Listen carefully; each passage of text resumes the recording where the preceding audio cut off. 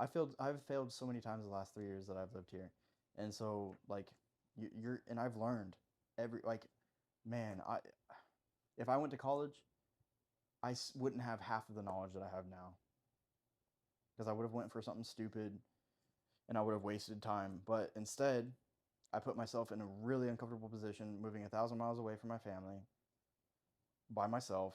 Just packed my stuff in the car, drove down here, and started working. I mean, there was really no telling if I even had a job for sure when I got down here.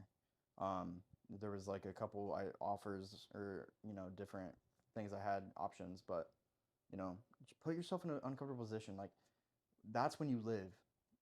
If you're always comfortable, if you're always still living with your parents and for no reason, if you're living with your parents because like you're just trying to save money and you're being smart about it, great.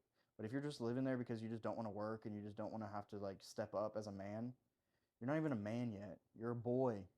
You're still a boy living with your parents. You haven't grown up yet. You haven't even experienced any life.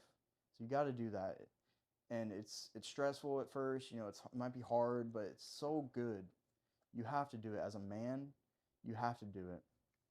And so, and that's really common in this society is just 30-year-old boys still living with their parents, still, and maybe not living with their parents, but just like living in a cheap, like, if I'm telling you right now, if you go out and you just grind, you're going to get paid good.